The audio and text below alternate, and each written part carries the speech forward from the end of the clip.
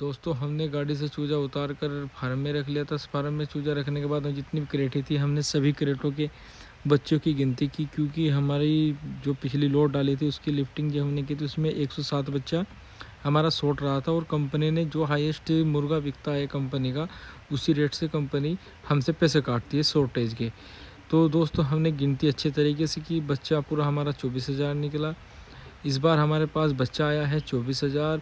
दोस्तों हमारे जो फार्म का टेम्परेचर था वो 93 था, तो अच्छा टेम्परेचर था। हमने बच्चा डिस्पैच करा और अपने फार्म में बच्चा छोड़ दिया। देखिए कितने अच्छे तरीके से बच्चा एक्टिव है और बहुत अच्छे तरीके से फिर रहा है। अगली वीडियो के लिए फॉलो करें।